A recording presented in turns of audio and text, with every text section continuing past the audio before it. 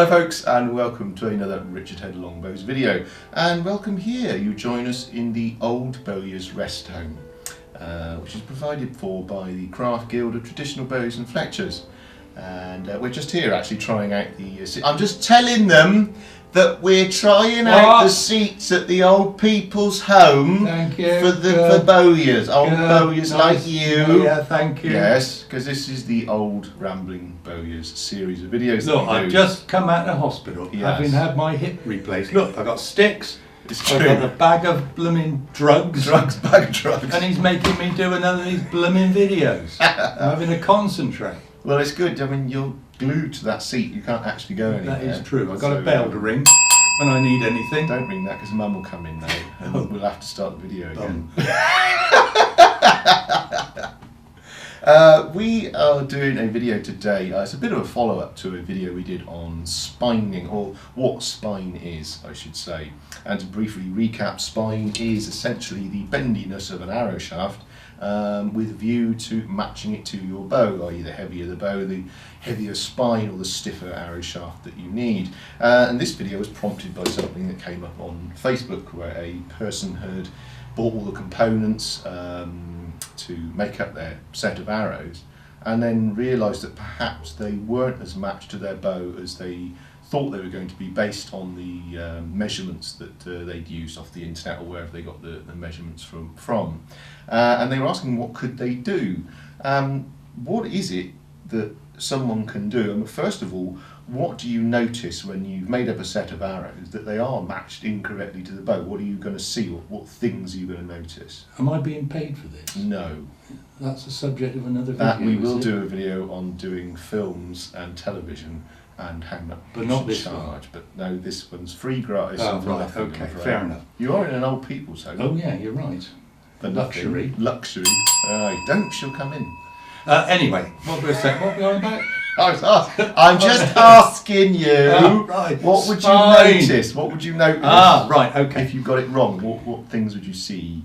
Right, you shoot an arrow, and if it flies to the left, assuming you're a right-handed archer, if it flies off to the left, the general thought is that the arrow shaft is actually too stiff, so it's hitting the side of the bow. So if an arrow is properly matched to the bow, as it leaves the bow, it will start to bend. And ideally it should bend around the bow as it passes and then straighten up. If it's too stiff, it's likely to hit the side of the bow and be deflected off to the left.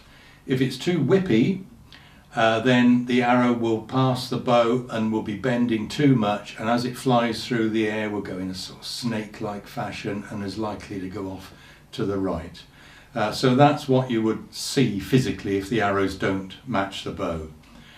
But we've got to assume that you're shooting correctly. We've had people around the workshop when we've done a bit of a coaching session who've had trouble with their arrows, and very often they're not shooting properly. So you must shoot correctly to start with. If you're a target archer and you're anchoring under the chin, make sure that when you're at full draw you can actually see the string image, and a lot of people aren't aware of this. You can actually see the very blurred image of the string. So that string should be lined up probably down the left hand side of the bow. So the knock end of the arrow and the pile at the end of the arrow are lined up and they're in line with the target. If you don't get that correct, you can imagine that the pile might be on the target, but the knock end could be off to one side, so the arrow is actually pointing away from the target. So you've got to get that right to start with. I mean, this is something we can do a video, and we'll do a video on sort of the whole bow tuning and sort of accurate shooting. But that's the sort of things you need to look out for. So you've got your set of arrows. You're pretty confident that you're shooting accurately. Yeah, fine. Which for everyone is a challenge. Right. What actual physical changes can you rescue that set of shafts, or make any adjustments to them so that they perform better than they were doing so? Right, there's a limited number of things you can do, but there are things worth trying. To start with, arrow shafts at 32 inches long or thereabouts. Some people who are not that knowledgeable will just take the shaft, put a pile on one end, knock and fletches on the other end and shoot it. The shaft is likely to be far too long. If you're only drawing 27 inches, you've got several inches of arrow sticking out over the end of the back of the bow, and that makes the arrow quite whippy. So if you are find it's flying off to the right or waving through the air, shorten it, cut it down to nearer your draw length. So if you're drawing 27, probably best to have an inch or two longer than that, just for safety. But cut it down and fit a new pile. That would have the effect of stiffening the shaft and may solve the problem. But if you're a confident long-term archer with a consistent anchor point, you can cut it down to what you need. Yes, I mean, and have less safety. Yes, so some of the experienced archers will cut it so they can actually feel the pile of the arrow coming up onto your hand. So you're holding the bow and feel the pile coming up like that, so you know you've drawn exactly the same length every time. You've got to be fairly confident to do that, but a lot of people do. So that's adding weight or removing weight from it to sort of artificially alter the spine, as it were. Yeah. What else can we do to affect its flight and perhaps match it more to the bow? Well, let's assume that it's flying to the left, which would indicate the shaft might be too stiff. The option is to increase the weight of the pile. So if you've got a 63 grain pile on there, you could fit a 100 grain pile. That has the effect of making the shaft slightly weaker, so that may help. This one has got 2.5 inch fletches on,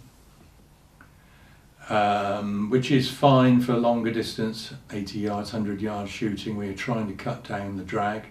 But a larger fletch, something like this, a 4-inch fletch, although it might slow the arrow down a bit, it might steady it up and make that arrow fly straighter than it would before. And certainly if you're field shooting, it's worth using a fletch like this because it does steady the arrow up a lot quicker. And that may help affect the spine of the shaft. Something worth trying anyway. It's marginal, but worth giving it a go. Yeah, and if all else fails, next time you buy a set of shafts, make sure they're a little bit weaker. If you've used 40-45 pound shafts this time, perhaps try 35-40.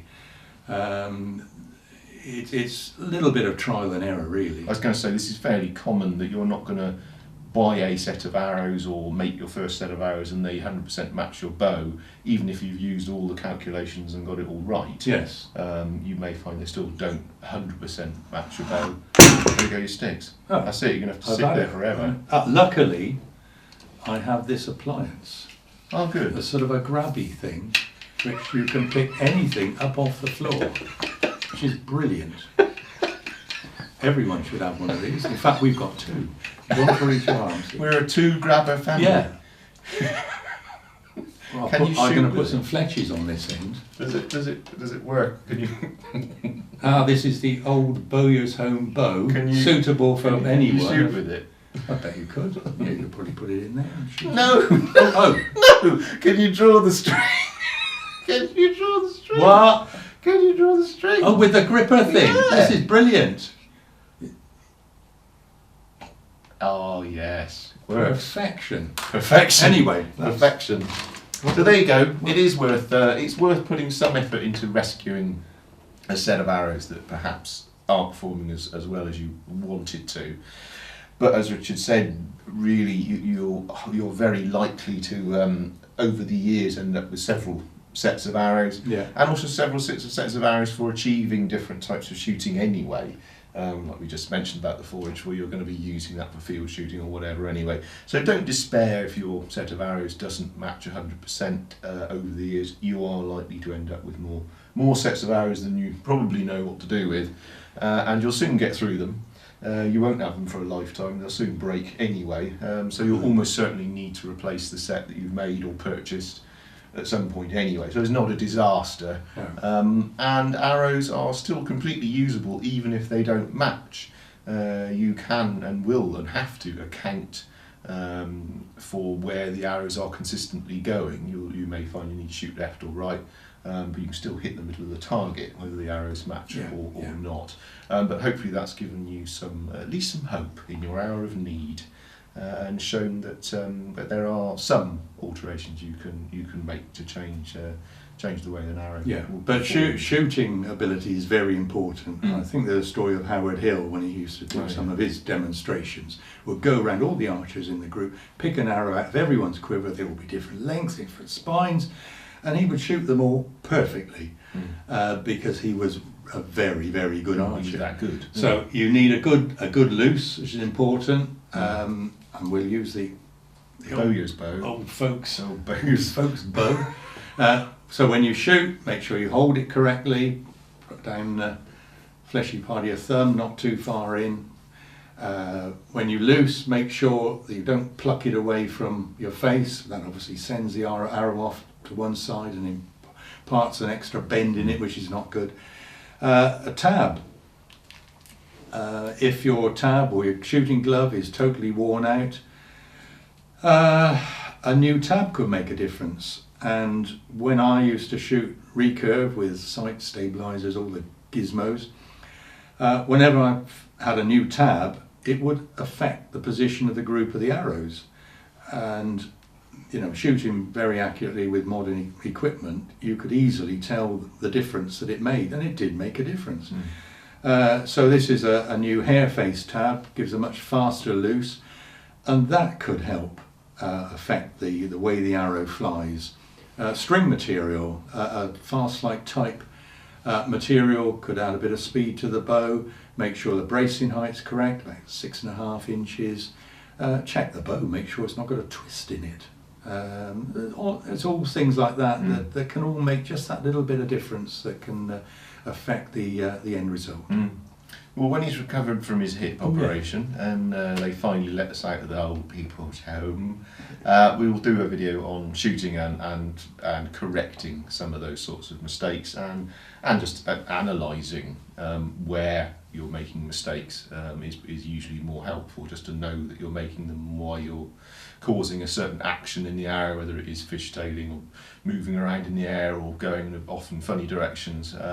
We'll do a video on trying to analyse why people see those sorts of effects. So look out for a video, as I say, on all the aspects of actually shooting, or at least some of the bad habits that people have got when shooting, and we'll try and correct some of those for you. So thanks very much for watching, and if you want to see more two old bowyers rambling on about making bows and arrows, Don't ring the bell. Will the nurse come with some beer? No, she will come with a sponge. And not again. Rough towel. Not that sponge on the end of a stick. Yes, they don't like to get too close. Thank you for watching. As I say, if you want to see more of these, feel free to subscribe. Hit the subscribe button, or check out some of the other videos that are over here. You're sure I'm not being paid? No, not a penny. You're not. No, I'm just telling them you're not being paid. Oh no. No, soon be tea time. Nurse.